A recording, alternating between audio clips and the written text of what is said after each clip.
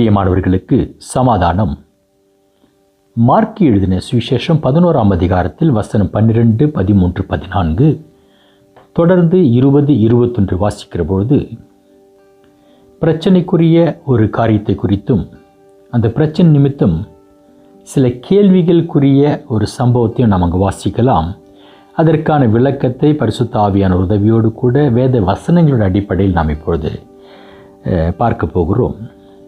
இந்த சம்பவத்துடைய சுருக்கம், கர்த்தராகிய இயேசு கிறிஸ்து பெத்யானியாவிலிருந்து புறப்பட்டு வருகையில் அவருக்கு பசி உண்டாகிறது. வழியில் வருகிற போது இலைகளுள்ள ஒரு அத்தி மரத்தை தூரத்திலே காண்கிறார். அதில் தனக்கு ஏதாவது அகப்படுமா என்று கிட்ட போய் பார்க்கிறார். அவர் அதனிடத்தில் வந்தபோது அதில் இலைகள் இல்லாமல் வேறொன்றையும் காணவில்லை. அப்பொழுது இயேசு அதை பார்த்து, இது முதல் ஒரு காலம் ஒருவனும் உன்னிடத்தில் கனியை புசியாதிருக்க கடமை என்றார். அதை அவருடைய சீஷர்கள் கேட்டார்கள். தொடர்ந்து 20ஆம் வசனம் 21ஆம் வசனத்தை வாசிக்கிற பொழுது, மறுநாள் காலையில் அவர்கள் அவ்வழியாய் போகும்போது அந்த அத்திமரம் வேரோடே பட்டு போயிருக்கிறதை கண்டார்கள். பேதுரு நினைவு கூர்ந்து அவரை நோக்கி, ரபி, இதோ நீ சபித்த அத்திமரம் பட்டு போயிற்று என்றான். பிரியமானவர்களே, கர்த்தராகிய இயேசு கிறிஸ்து தூரத்தில் அத்திமரத்தை காண்கிறார். தூரத்தில் காண்கிற போது அந்த மரம் செழுமையான அத்திமரத்தினுடைய இலைகள் பெரிதாக இருக்கும். பெரிதான இலைகளோடு கூட பார்வைக்கு அலங்காரமான தோற்றத்தோடு கூட காணப்படுகிறது. இன்றைக்கு அநேக தேவ பிள்ளைகளுடைய ஆவிக்குரிய வாழ்க்கை கூட வெளியரங்கமாக பார்க்கிற போது செழுமையாக அலங்காரமாக பார்க்கப்படும். இந்த அலங்காரமான தோற்றத்தை சீஷர்கள் கண்டுபிடிக்கவில்லை என்றால் மனிதன் முகத்தை பார்க்கிறான், தேவனோ இருதயத்தை காண்கிறார் என்ற வசனத்தின்படி கர்த்தராகிய இயேசு கிறிஸ்து அந்த மரத்தை நெருங்கி பார்க்கிற பொழுது, அதாவது ஒரு மனிதனுடைய உள்ளான இருதயத்தை அவர் காண்கிறார். இப்போ அந்த மரத்தில் வெளி பார்வைக்கு அழகான செழுமையாக பெரிய இலைகளை கொண்ட அந்த மரத்தில் அதை தவிர வேறு ஒன்றையும் அவர் காணவில்லை என்கிற போது, இயேசு அங்கு ஏதோ ஒன்றை அந்த மரத்தில் தேடி இருக்கிறார், எதிர்பார்த்திருக்கிறார். ஆகையினால அந்த மரத்தினிடத்தில் அவர் எதை எதிர்பார்த்திருப்பார்? கனியை. அவருக்கு பசி உண்டாயிற்றாம். ஆகவே அவருடைய பசியை போக்கும்படியான கனியை அந்த மரத்தில் கர்த்தராகிய இயேசு கிறிஸ்து எதிர்பார்த்தார் என்று வசனம் 12, 13, 14 மூலமாக தெளிவாக பார்க்கிறோம். இதை குறிப்பிடும்படியான ஒரு விஷயம், அத்திப்பழ காலமாக இராதபடியினால் இப்போது சீசன் இல்லை, அந்த மரம் தன்னுடைய கனியை கொடுப்பதற்கான சீசன் இல்லை என்பதை நாம் கவனிக்கிற இடத்துல தொடர்ந்து 20ஆம் வசனம் 21 வாசிக்கிற போது, மறுநாள் காலையில் அவர்கள் அந்த வழியாக போகிற போது அந்த மரம் வேரோடே பட்டு போயிருக்கிறதை கண்டார்கள். இயற்கைக்கு அப்பாற்பட்ட ஒரு காரியம். நம்முடைய தேவன் இயற்கைகளுக்கெல்லாம் அப்பாற்பட்டவர். ஆகவே எந்த ஒரு மரமும் செடியும் பட்டு போவதென்பது ஒரு நாளைக்குள்ளாக 24 மணி நேரத்திற்குள்ளாக நடவாத காரியம். ஆனாலும் இங்கு ஒரு சம்பவம் நடந்திருக்கிறது. அது இயற்கைக்கு அப்பாற்பட்ட ஒரு காரியம்.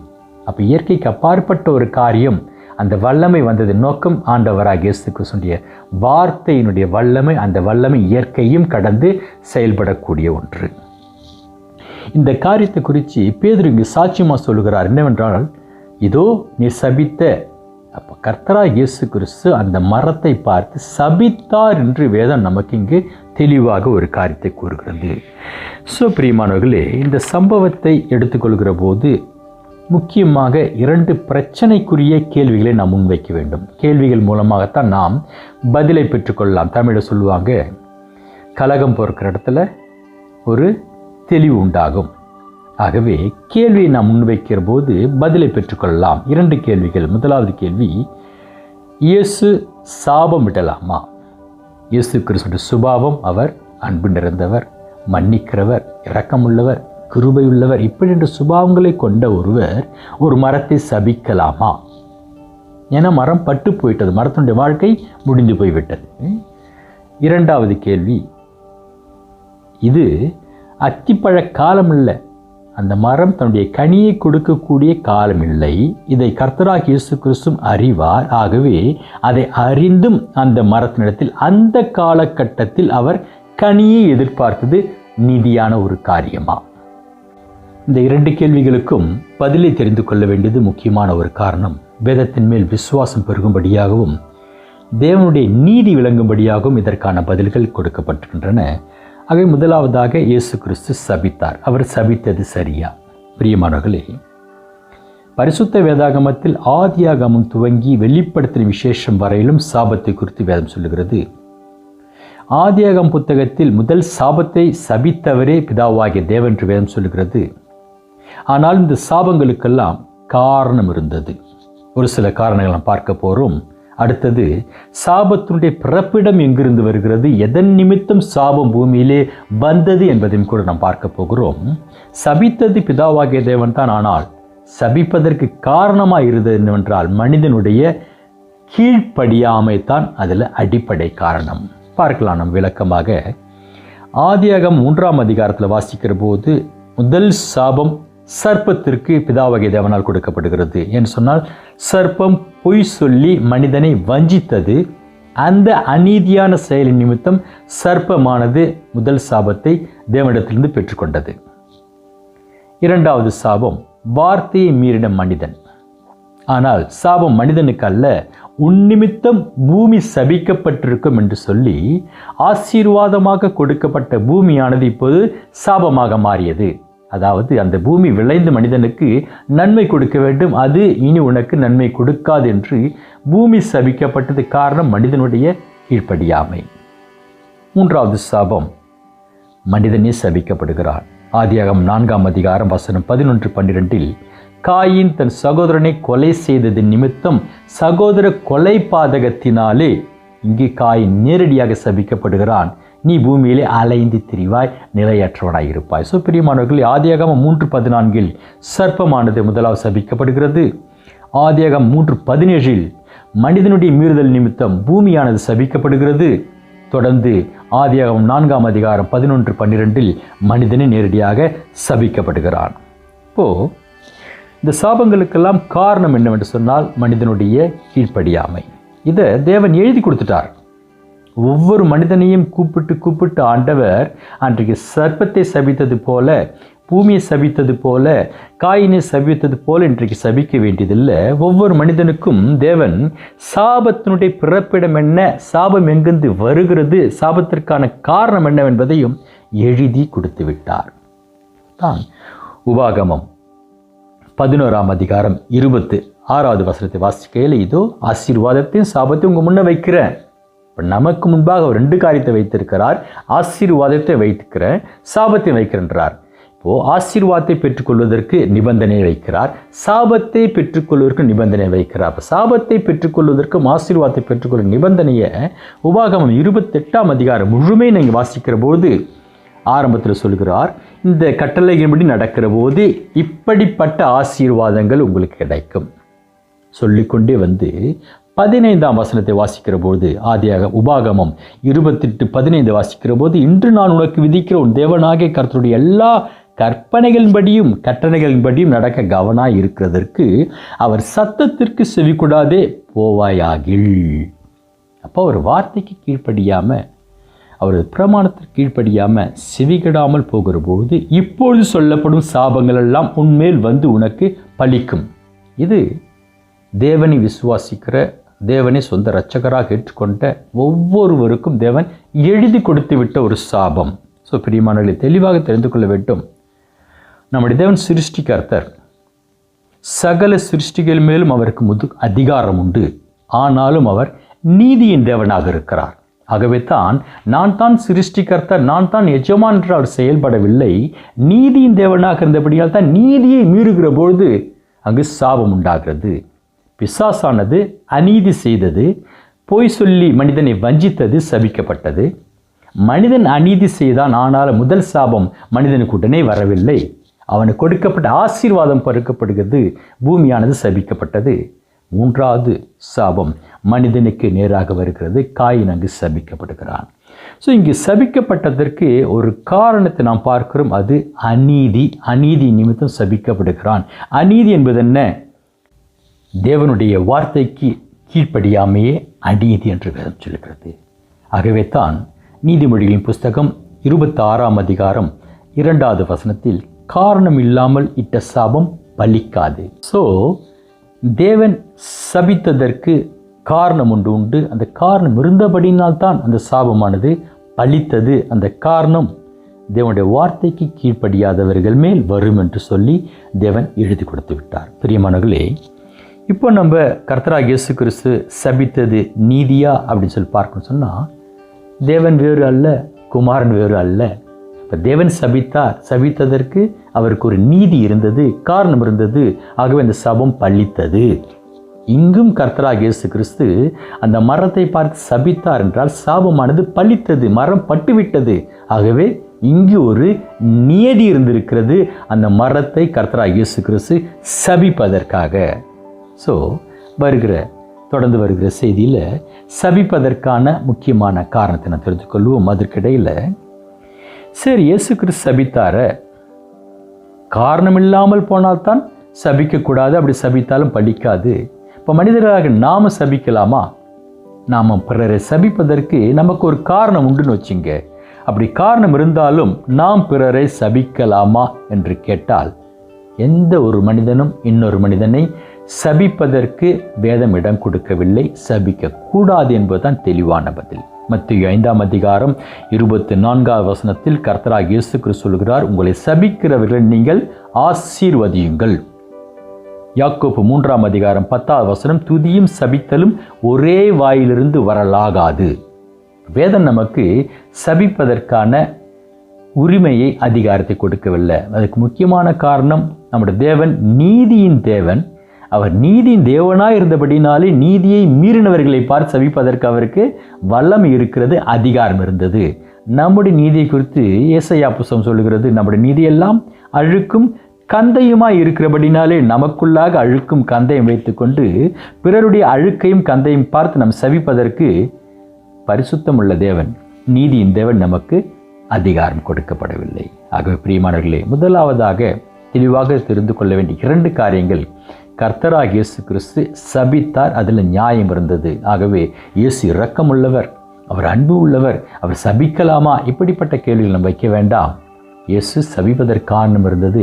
அநீதியை காண்கிற போது அவர் சபிக்கிறார். அதாவது அவருடைய வார்த்தையை மீறி நடக்கிற போது அவர் சபிக்கிறவராக இருக்கிறார். 2வது காரணம், நாம் எந்த ஒரு மனிதரையும் சபிப்பதற்கு வேதம் நமக்கு அதிகாரம் கொடுக்கப்படவில்லை.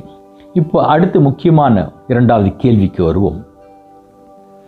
இயேசு கிறிஸ்து அந்த மரத்தை சபித்த பொழுது அது அத்திப்பழம் கொடுக்கிற காலமாய் இல்லை என்கிறபடினால், காலம் இல்லாத, சீசன் இல்லாத அந்நாளில் அதனிடத்தில் இயேசு பழத்தை எதிர்பார்த்தது சரியான ஒரு காரியம். என கர்த்தராகிய இயேசு கிறிஸ்து நீதியுள்ள தேவன்.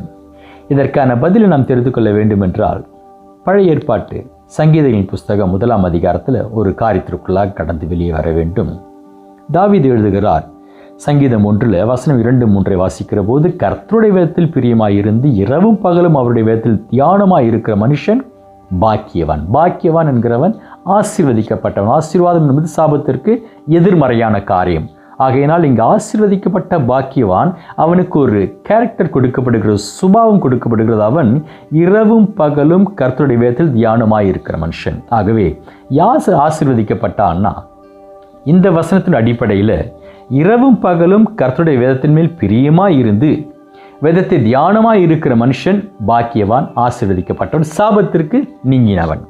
அப்படின்னு பார்க்கும்போது சாபத்துக்குள்ளானவன் யார்? தெளிவாக சொல்லப்படுகிறது. சாபத்தின் பிறப்பிடம் வேதத்தை மீறுகிறது. சாபத்தின் பிறப்பிடம் வேதத்திற்கு கீழ்ப்படியாமை. கர்த்தர் நாமத்திற்கு மகிமை உண்டாவதாக. தொடர்ந்து 3வது வசனத்தை வாசிக்கிற போது, அவன் நீர்க்கால்களின் ஓரமாய் நடப்பட்டு தன் காலத்தில் தன் கனியை தந்து. வசனத்தை கவனிங்க, பாக்கியவான் வேதம் சொல்லுகிறது.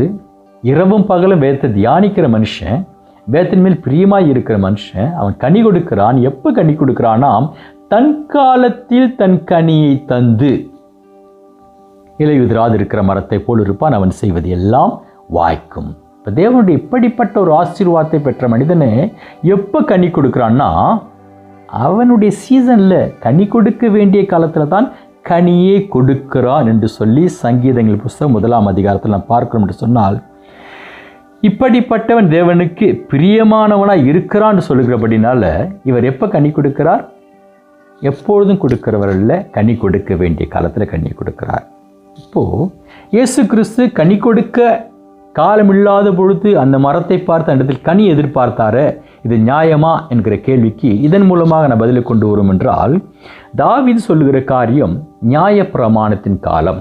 தன் காலத்தில் தன் கனியை கொடுக்கிறவன் அவன் இரவும் பகலும் கர்த்தருடைய வேதத்தில் பிரியமாயிருந்து தியானமாயிருந்து அதை எப்போ கடைபிடிக்கிறான்? தன் காலத்தில் தான் அதை கடைபிடிக்கிறான்.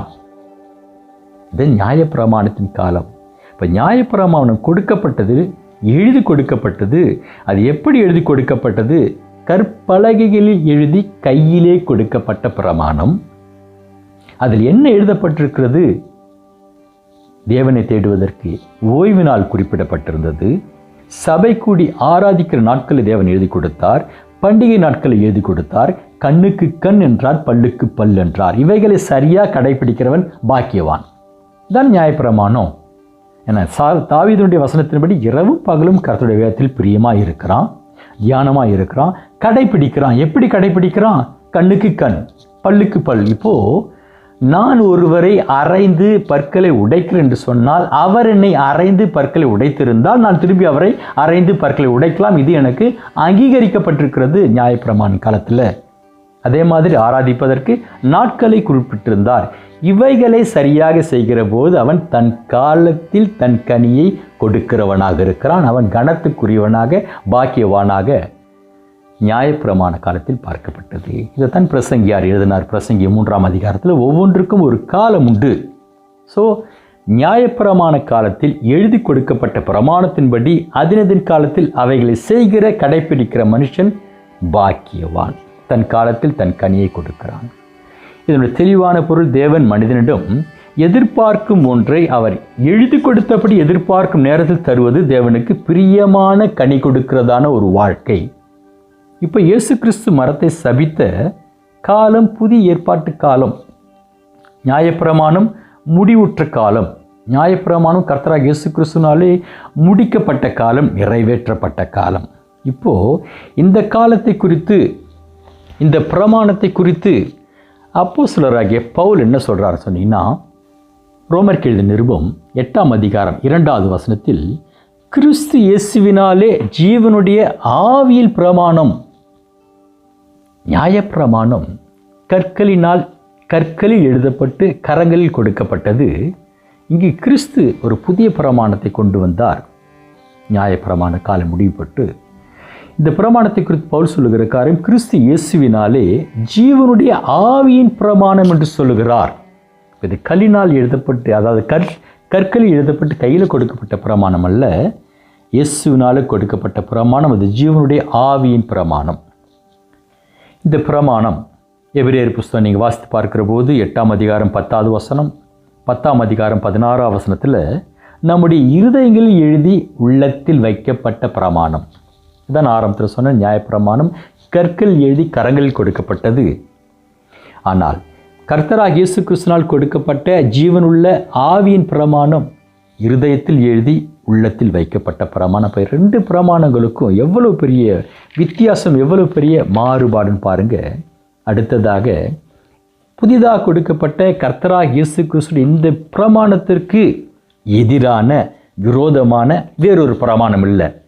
ஏன்னா நியாயப்பிரமாணம் நிறைவேற்றப்பட்ட பிறகு இயேசு கிறிஸ்துனாலே ஆவிக்குரிய பிரமாணம் கொடுக்கப்பட்ட, இந்த பிரமாணத்திற்கு எதிரான விரோதமான வேறு பிரமாணம் இல்லை.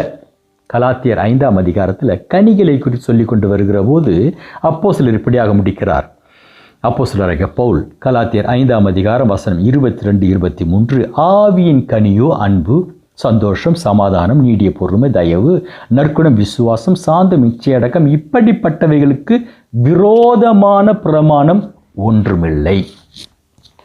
புதிய ஏற்பாட்டில் இருக்கிற நமக்கு கர்த்தராகிய இயேசு கிறிஸ்துவின் மூலமாக கொடுக்கப்பட்ட ஜீவனுள்ள ஆவிக்குரிய பிரமாணத்திற்கு விரோதமான, அதாவது அதற்கு எதிர்மறையான வேறு எந்த பிரமாணம் இல்லை. அந்த பிரமாணத்தை நாம் நிறைவேற்ற வேண்டும் என்று தொடர்ந்து அதே 6ஆம் அதிகாரம், கலாத்தியர் 6ஆம் அதிகாரத்தில் 2ஆம் வசனத்தில் பவுல் எழுதுகிறார், ஒருவர் பாரத்தை ஒருவர் சுமந்து இப்படியே கிறிஸ்துவனுடைய பிரமாணத்தை நிறைவேற்றுங்கள். கர்த்தர் நாம மகிமைப்படுவதாக. ஆகவே இன்றைக்கு வேதம் நமக்கு கொடுக்கப்பட்ட கட்டளை என்னவென்று சொன்னால், நாம் நிறைவேற்றுவதற்கு ஒரு பிரமாணம் கொடுக்கப்பட்டது. அந்த பிரமாணமானது கர்த்தராக இயேசு கிறிஸ்துவினால் நமக்கு கொடுக்கப்பட்ட ஜீவனுள்ள ஆவிக்குரிய பிரமாணம். இதைத்தான் நாம் நிறைவேற்ற வேண்டும். அந்த பிரமாணம் என்ன சொல்லுகிறது? யோவான் எழுதின சுவிசேஷம் 4ஆம் அதிகாரத்தில் சமாரிய ஸ்திரீயிடத்தில் கர்த்தராக இயேசு கிறிஸ்து சொல்கிறார். யோவான் 4ஆம் அதிகாரம் 21, 22, 23, 24 வாசிக்கிற பொழுது, அதற்கு இயேசு, ஸ்திரீயே, நான் சொல்லுகிறதை நம்பு. அழகான வார்த்தை பாருங்க. விசுவாச குறைவு, அநேக கேள்விகளோடு கூட இருக்கிற போது அவர் சொல்லுகிற வார்த்தையை நாம் நம்ப வேண்டியவர்களாக இருக்கிறோம். ஆகவே அவர் சொல்லுகிறார், ஸ்திரீயே, நான் சொல்லுகிறதை நம்பு. நீங்கள் இந்த மலையிலும் எருசலேமிலும் மாத்திரமல்ல, எங்கும் பிதாவை தொழுது கொள்ளும் காலம் வருகிறது. அதாவது மலையிலும் எருசலேமில் மாத்திரமல்ல, எங்கும். தானியேல் ஷாத்ராக்கு, மேஷா, ஆபேத்நேகோ மலையிலும் எருசலேமில் மாத்திரம் தொழுது கொள்ளவில்லை, சிறை பிடித்து கொண்டு செல்லப்பட்ட பாபிலோன் தேசத்திலும் தேவனை தொழுது கொண்டார்கள். ஆகவே தேவன் நாம் தொழுது கொள்வதற்கு ஒரு குறிப்பிட்ட இடம் என்பதல்ல, எங்கும் தொழுது கொள்கிற காலம் வரும். புதிய பிரமாணம், கர்த்தராகிய இயேசு கிறிஸ்து கொடுத்த பிரமாணம் இது. அடுத்தது 22ஆம் வசனம், நீங்கள் அறியாததை தொழுது கொள்ளுகிறீர்கள், நாங்கள் அறிந்திருக்கிறதை தொழுது கொள்கிறோம், ஏனென்றால் ரட்சிப்பு யூதர்கள் வழியாய் வருகிறது. உண்மையாய் தொழுது கொள்ளுகிறவர்கள் பிதாவை ஆவியோடும் உண்மையோடும் தொழுது கொள்ளும் காலம் வரும், அது இப்பொழுதே வந்திருக்கிறது. தம்மை தொழுது கொள்ளுகிறவர்கள் இப்படிப்பட்டவர்களாய் இருக்க வேண்டும் என்று விரும்புகிறார். தேவன் ஆவியாய் இருக்கிறார். அவரை தொழுது கொள்ளுகிறவர்கள் ஆவியோடும் உண்மையோடும் அவரை தொழுது கொள்ள வேண்டும். இப்போ பழைய ஏற்பாட்டில் எழுதி கொடுக்கப்பட்ட ஒரு பிரமாணம் ஒன்று இருந்தது. அதில் ஓய்வு நாளை குறிப்பிட்டிருந்தார், தொழுது கொள்வதற்கான நாட்களை குறிப்பிட்டிருந்தார், பண்டிகை நாட்களை குறிப்பிட்டிருந்தார். அதை சரியாக செய்தவர்கள் அவர்கள் காலத்தில் அவர்கள் கனியை தந்தார்கள். தான் தாவீது எழுதினார், இல்லை இது ராஜர் மரத்தை போல் இருப்பான், அவன் செய்வதெல்லாம் வாய்க்கும். இப்போ எழுதி கொடுக்கப்பட்ட பிரகாரமாக நியாயப்பிரமாணத்தின் காலத்தில் அதன் கனியை கொடுத்தவன் பாக்கியவானாக இருந்தான் சொன்னால், புதிய பிரமாணத்தை கர்த்தராக இயேசு கிறிஸ்து கொடுத்தார். அது ஆவிக்குரிய பிரமாணம். அதில் சொல்கிறார், கர்த்தரை தொழுது கொள்வதற்கு இடம் இல்லை, காலம் இல்லை, நேரம் இல்லை, எங்கும் கர்த்தரை தொழுது கொள்ளலாம், எப்பொழுதும் கர்த்தரை தொழுது கொள்ளலாம், அல்லது எங்கும் கர்த்தரை தொழுது கொள்ள வேண்டும், எப்பொழுதுமே கர்த்தரை தொழுது கொள்ள வேண்டும். அது யூதர் என்றுமல்ல, கிரேக்கர் என்றுமல்ல, எல்லோரும் கர்த்தரை தொழுது கொள்கிற காலம் வரும், அது இப்பொழுதே வந்திருக்கிறது. பிரியமானவர்களே, இப்போ கர்த்தராகிய இயேசு கிறிஸ்து அத்தி மரத்திற்கு முன்பாக நிற்கிறார். இப்போ பார்க்கிறார், அத்தி மரம் கனி கொடுக்கவில்லை. அதுக்கிட்ட ஏதோ ஒன்று எதிர்பார்க்க அவருக்கு தேவைப்படுகிறது, பசி. அவருக்கு பசி தெரியும், நமக்கு பிதாவுடைய சித்தம் நிறைவேற்றுதான் அவருக்கு ஜீவாகாரம். இப்போ அவர் அதனிடத்தில் ஒன்றை எதிர்பார்க்கிறார். அந்த மரம் படைக்கப்பட்டது, உண்டாக்கப்பட்டதனுடைய பலனை அந்த மரம் கொடுக்கிறதான்றா? கொடுக்கல. அந்த மரம் கனி கொடுக்கவில்லை. இப்போ அவர் எதிர்க்கு நின்றுக்கிட்டு, இல்லையே இது காலம் இல்லையே சொல்ல முடியுமா? இல்லை. இந்த மரம் என்பது யாரு? நீங்களும் நானும் தான். அந்த மரம் என்பது யாரு? அன்றைக்கு இயேசு கிறிஸ்து முன்பாகின்ற வேதபாரகர்கள் தான். வேதபாரகர்கள் பிரமாணத்தை பற்றி கொண்டிருந்தாங்க. வெளியரங்கமாக பார்க்கிற போது அழகான இலைகள் உள்ளவர்களை போல காட்சி கொடுத்தாங்க. ஆனால் கிறிஸ்து அவர்களை பார்க்கிற போது அவரிடத்தில் தேடினதை கிறிஸ்து காணவில்லை, கண்டுபிடிக்க முடியவில்லை. ஆகவே பிரயோஜனமற்ற மரத்தை போல, அதாவது தாங்களும் பிரவேசிக்க மாட்டார்களாம், பிறரையும் பிரவேசிப்பதற்கு தடை பண்ணுகிறவர்களாக, பிரமாணத்தை பெற்றிருந்தும் அதன்படி நடவாதவர்களாக கிறிஸ்துக்கு முன்பாக நிற்கிற போது கர்த்தராகிய இயேசு கிறிஸ்து மரத்தை சபித்தார். அதனுடைய ஆவிக்குரிய பொருள், வேத பாரகர்கள், பரிசேயர், சதுசேயர் பிரமாணத்தை பெற்றுக்கொண்டு கனி கொடுக்காது இருக்கிறவர்களை பார்த்து அவர் சபிக்கிறார். அந்த சாபமானது பலிக்கிறது.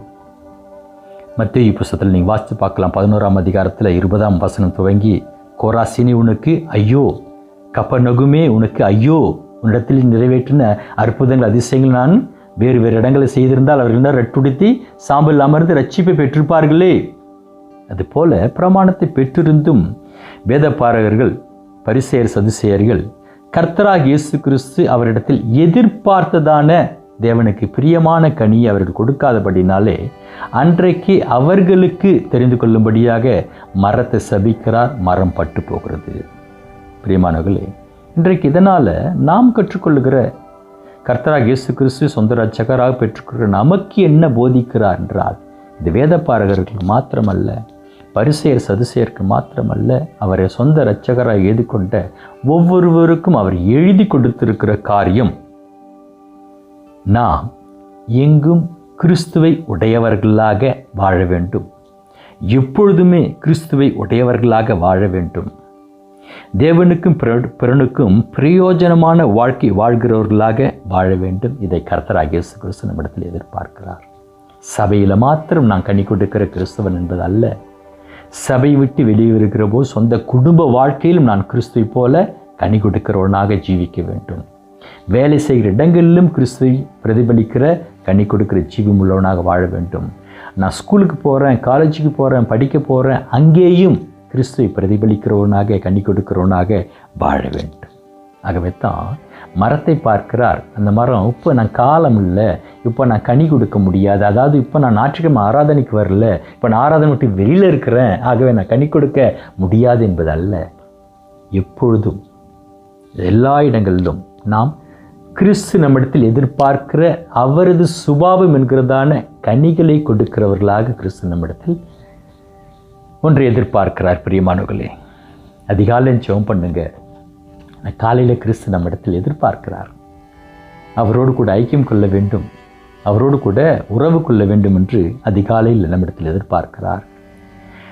நம்முடைய சந்தோஷமான நேரங்களில் மாத்திரமல்ல, துன்பத்தின் வேலையில், பாடுகளுக்கு மத்தியில், இழப்புகளுக்கு மத்தியில் நாம் அவரோடு கூட ஐக்கியம் வைத்துக் கொள்ள வேண்டும், உறவு வைத்துக் கொள்ள வேண்டும், அவரை தேட வேண்டும், கனி கொடுக்க வேண்டும். தானியேல் அடிமைப்பட்டு போனான். புறதேசத்திற்கு, கல்தேயர் தேசத்திற்கு அடிமையாக கொண்டு செல்லப்பட்டார். அங்கும் அவர் ஒரு நாளைக்கு 3 முறை 5 முறை தேவனை தொழுது கொண்டாராம், தேவனை தேடினாராம். ஆகவே தான் கர்த்தராகிய இயேசு கிறிஸ்து தனக்கு பசியாய் இருந்தபோது அந்த மரத்தை பார்க்கிறார். தூரத்தில் பார்க்கிற போது மரம் பார்வைக்கு அழகாக தெரிகிறது, இலைகளோடு கூட. ஆனால் இயேசு கிறிஸ்து உள்ளான மனிதனை பார்க்கிறபடினால் நெருங்கி வந்து பார்க்கிறார். அந்த மரம் அவர் அதனிடத்தில் என்ன எதிர்பார்த்தாரோ அதை கொடுத்து கொண்டு அழகாக இல்லை, அவசியமில்லாத வெளியரங்கமான ஒரு அழகான தோற்றத்தை கொடுத்து கொண்டிருந்தது. இது தேவனுடைய பார்வையிலே அநீதியாக, அவர் எதிர்பார்த்த காரியமாக தெரியவில்லை, அநீதியாக இருந்தபடினாலே அதை சபித்தார். புதிய ஏற்பாட்டு விசுவாசிகளை நாம் என்று கேட்கக்கூடாது. இயேசு கிறிஸ்து சபித்தாரே, அது சரியான்னு சொன்னால் கிறிஸ்துவத்துக்கு சபிப்பதற்கு அதிகாரம் உண்டு. ஆனால் காரணம் இல்லாமல் சபிக்கிறவர் அல்ல, அநீதியை காண்கிற போது சபிக்கிறார். இரண்டாவதாக, அது பழம் கொடுக்கக்கூடிய காலமில்லையே என்று நாம் வாதாட முடியாது. புதிய ஏற்பாட்டு விசுவாசிகள் நாம் எங்கும் எப்பொழுதும் தேவனை தொழுது கொள்ளும்படியாக பிரமாணத்தை பெற்றிருக்கிறோம். ஆகவே நாம் கனிகள் கொடுப்பதற்கு நமக்கு ஒரு நேரம் காலத்தை வேதம் குறிப்பிடவில்லை. நாம் எப்பொழுதுமே தேவனுக்கு பிரியமான பிள்ளைகளாக வாழும்படியாக பிரித்தெடுக்கப்பட்டிருக்கிறோம். பிரியமானவர்களே, நாட்கள் சபைகள் வரங்களை அதிகமாக வாஞ்சிக்கிறார்கள், வரங்களுக்காக அதிகமாக செபிக்கிறார்கள், வரங்கள் வெளிப்பட வேண்டும் என்று பிரயாசப்படுகிறார்கள். ஆனால் வேதத்தின் அடிப்படையில் வரங்களை விட கனிகளே சிறந்தது. அந்நாட்களிலே கர்த்தாவே கர்த்தாவே என்று கூப்பிடுவாங்களாம். எதற்காக? நாமத்தில் நாங்கள் பேய்கள் விரட்டினோமே, அற்புதங்கள் அதிசயங்களாக செய்தோமே. இதெல்லாம் வரங்கள் நிமித்தம் வருகிற காரியம். ஆனால் ஆண்டவராகிய இயேசு கிறிஸ்து சொல்லுவாராம், உன்னை நான் அறியேன். ஏன் அறியேன்னு சொல்லுவார்? நீ என்ன மாதிரி இல்லைப்பா, உன்னுடைய சாயல் வேறையா இருக்குது, என்னுடைய சாயல் வேற இருக்குது. அதாவது உங்கள்கிட்ட இருக்கிற கனி வேற, என்கிட்ட இருக்கிற கனி வேற. அப்போ என்ன சொல்லுவாராம்? தூரப்போ, உன்னை நான் அறியேன். ஆகவே சபையே, தேவ பிள்ளைகளே, வரங்கள் நமக்கு அவசியம். தேவனுடைய வசனமானது உறுதிப்படுவதற்காக, விளங்குவதற்காக. ஆனால் வரங்களை விட கிறிஸ்துடைய சாயல்ங்கிறதான கனிகளே நமக்கு பிரயோஜனமான ஒன்று. கர்த்தர் உங்களை ஆசீர்வதிப்பாராக. கிருபை உங்களோடு இருப்பதாக. ஆமென்.